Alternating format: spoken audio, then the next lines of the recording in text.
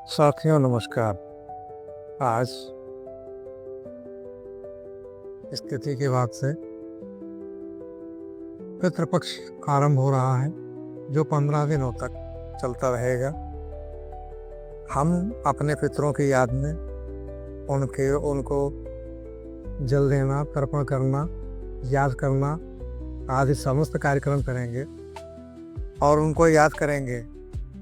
लेकिन यह 15 दिनों का जो शुभ अवसर है, हम अपने की गई गलतियों को ही क्षमा चाहते हैं और यह प्रयास करते हैं कि हमारे पितृ जहाँ भी हैं वह सुखी रहे। लेकिन अगर जिंदा रहते ही व्यक्ति इन बातों को अमल करे कि जो हमारे पितृ हमारे घर में पड़े हुए हैं उनकी सेवा पानी, सेवा सत्कार समय से होता रहे, तो वह जिंदा में तो सुखी रहेंगे ही, मरने के बाद भी जहाँ रहेंगे वह सुखी रहेंगे।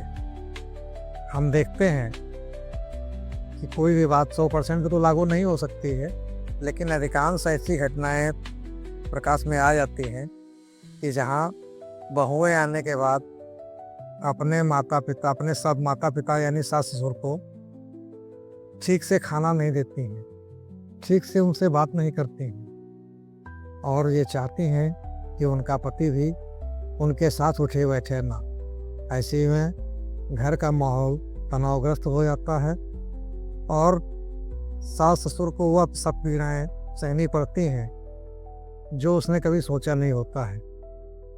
एक व्यक्ति अपने पुत्र वधू को इसलिए लाता है कि उसका घर आंगन खुशियों से भर जाए, लेकिन वही पुत्र वधू जब आती है तो घर में ऐसा माहौल पैदा करती है कि पूरे घर का माहौल बहुत ही कष्टमय हो जाता है। इन्हीं सब की देन इन्हीं सब के कारण वृद्धाश्रम खुल गए हैं। एक अरुणाचार्य जी हैं, वह परित्यक्त महिलाओं को, वृद्ध महिलाओं को अपने आश्रम में रखते हैं, खाना खिलाते हैं। यह बहुत ही दयनीय स्थिति है और उन लोगों के लिए तो मर जाने की बात है जिनके माता पिता वहां जाके रह रहे हैं। अगर जो महिला अपने सास ससुर को ही अपना माता पिता मान ले और उनकी सेवा करती रहे, तो उनके भी घर में कोई महिला आएगी, वह उनकी सेवा करेगी। इस तरह सभी महिलाएं अगर अपनी ससुराल में अपने सास ससुर की सेवा करती रहे तो सबका घर सुखमय हो जाएगा। लेकिन देखने में ये आता है कि महिला जाती तो ससुराल है, लेकिन खैर को वो अपने मायके की करती है। तो इस तरह ना ससुराल सुखी होता है और ना मायका सुखी होता है, क्योंकि उसके घर में भी तो दूसरे के घर की महिला आई हुई है।